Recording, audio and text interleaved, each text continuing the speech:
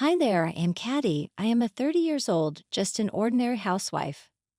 My husband, Giz, and I both love gardening, and our passion led us to buy a house with a large piece of land for gardening where we live now.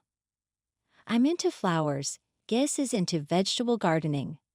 Sharing a common hobby, we respect each other's interests and live happily together. That day, as usual, while Giz was at work, I thought of tending to the flowers and the garden. I had just finished my housework and was stepping out into the yard. Why is there a car parked here? There was an unfamiliar white car parked in the yard. It wasn't our car, and given our large property, maybe someone mistook it for a parking space. I looked for the owner, but no one was in the car or around, so I left a note under the car's wiper. "This is private property, please be careful next time." Then I returned to my gardening. The car was gone by the time Giz returned from work, so I thought someone must have parked by mistake and didn't think much of it. Afterward, however, a few days later, after seeing Giz off to work and finishing my chores around noon, I went outside to tend the garden.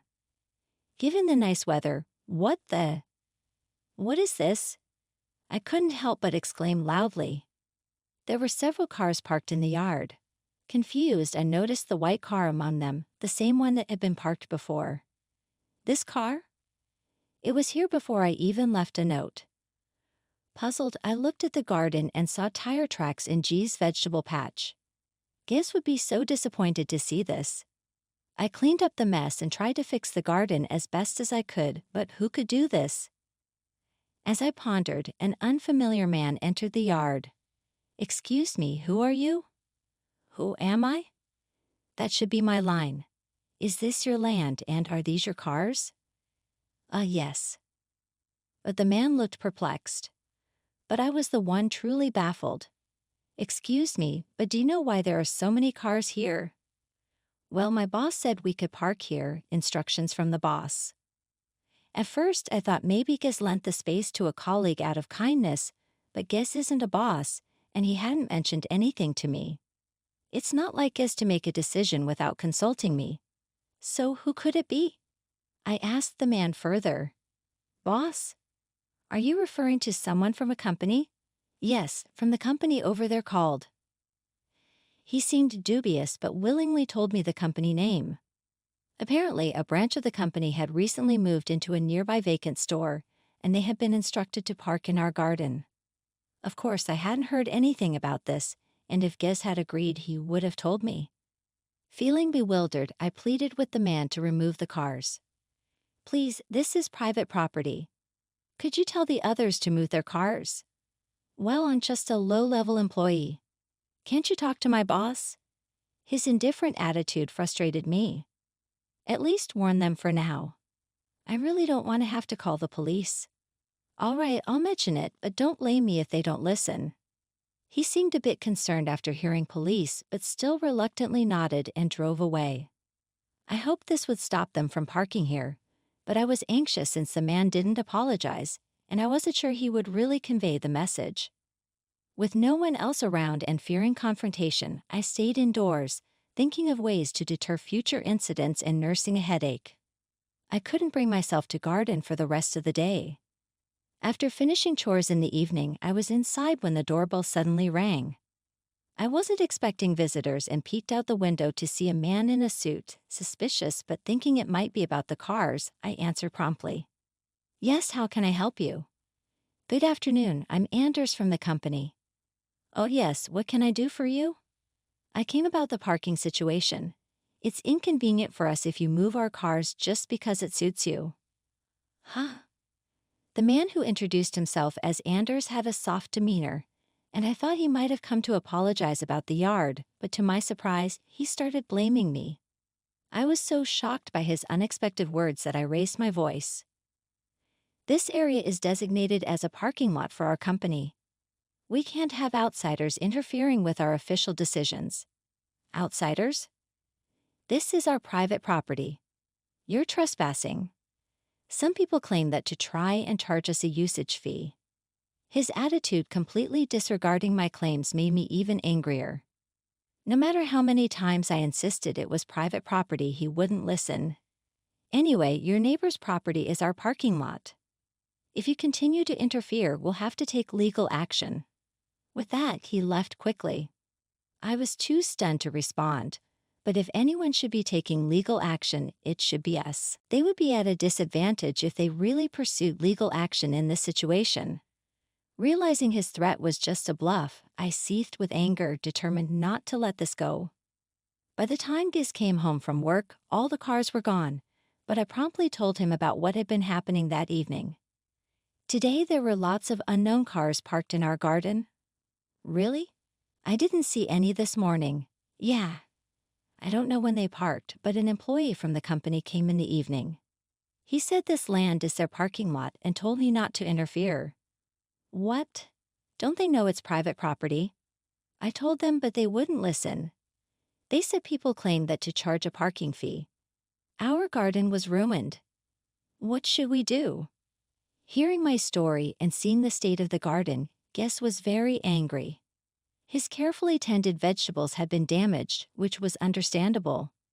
However, pursuing legal action would be time-consuming and costly. We couldn't just move the cars ourselves, as that would be illegal. For now, we decided to see what they would do next and place the sign in the garden asserting it was private property and warning of legal action and a substantial financial claim if trespassed. Giz set up the sign on his day off, but to put it simply, it had no effect. The cars were still parked in the yard, and the sign was moved aside as if it were an annoyance, carelessly thrown away. Some of my carefully tended flowers were trampled and pots were knocked over. I couldn't properly maintain the garden with the cars in the way, but I tried to clean up what I could. Employees coming to get their cars would laugh at me from a distance. "Lady, this is our parking lot. If you make a garden here, it's a problem for us." "Yeah, and about that sign, our boss said it's legally invalid." "Better demolish it if you don't want to get sued." Their appalling words stung as they got into their cars and drove off. Despite my warnings, they continued to disregard them, ruining my beloved garden and hurling unjust insults. These days wore heavily on me, and Giz noticed how tired I was becoming. "Caddy, maybe you should stop going out to the garden for a while. Neither your flowers nor my vegetables will matter until we resolve this situation." I had been visiting the garden daily, concerned about the flowers and G's vegetables, but I nodded tearfully at his words.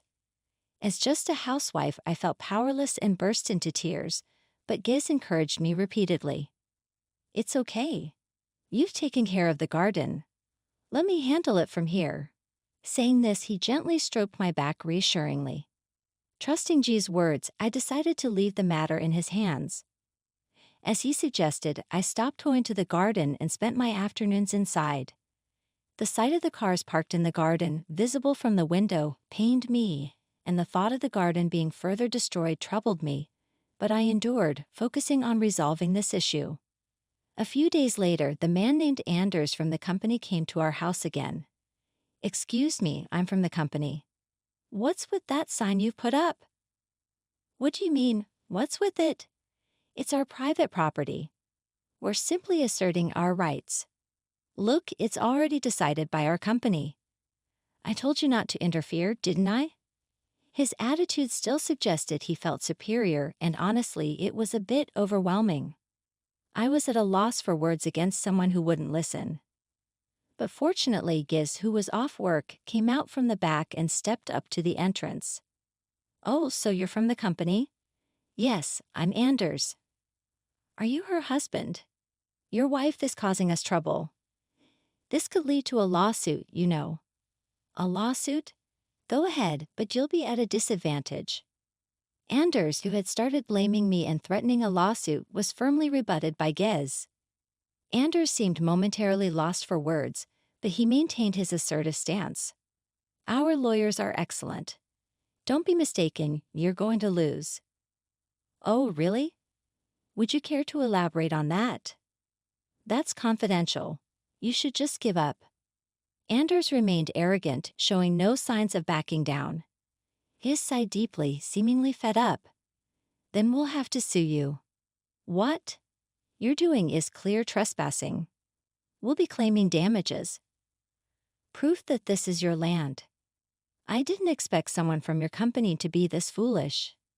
Ha. Anders, who had been smirking, thinking there was no proof, suddenly looked displeased when his company and he were criticized. He raised his voice and scowled unhappily. More insults. You should just give up. Giz replied to Anders, who seemed to think he had gained an advantage. Insults. I'm just stating facts. I can't show proof right now, but it's easily obtainable. To not know that is just foolish. Anders was taken aback by G's firm stance. Still keeping his scowl, Giz continued. Anders, remember that our company might need your services someday. Your company is a subcontractor for us, right? What? I didn't know your company works under mine. Hearing this, Anders turned pale. Indeed, Giz ran a sizable company and had the power to choose contractors. Realizing this, Anders' attitude changed and he fell silent. But after this, I might reconsider our contract with your company. The quality of your products has been poor, and I only continue the contract out of respect for the previous CEO. Anders seemed to sense trouble and became more submissive. I'm sorry, it seems we misunderstood. We'll drop the lawsuit and move the cars right away. No, it's fine. You must be struggling to find parking. You can park at our place. Giz's words seemed considerate, but they were laced with sarcasm, far from his true feelings. The man, realizing the situation, stayed pale and repeatedly apologized, saying words of sorry he had never uttered before. I cannot let this slide. I'll have all the cars moved immediately, so please don't worry about it. Soon you won't be coming to that company anymore. It's just a matter of patience, Giz said with a cheerful smile, and the man apologized several times before getting into his car and driving away. Then several male employees followed suit, entering the cars lined up in the yard and driving off one by one. It seemed Anders had hastily given the instruction. Since then, cars stopped parking in our garden, but Giz wasn't planning to let this go. Later, a meeting was held at our house with the president of the company and Anders. Thank you for coming. I wanted to discuss the trouble we had with your employee, Anders. I'm so sorry. We will certainly hold him accountable, the president of the company, being a subcontractor to Giz's company and at risk of losing business, was entirely apologetic and showed no sign of defiance. It turns out the president hadn't been informed about the parking issue. It was Anders' unilateral decision. Now the head of a new branch, Anders, pale as if he might collapse at any moment, apologized repeatedly like the president. It's unfortunate, but we have to consider the illegal occupation of my land, the destruction of plants and pots, and the threats of a lawsuit. It's difficult to continue relations under these circumstances. I'm truly sorry. We'll definitely hold Anders accountable.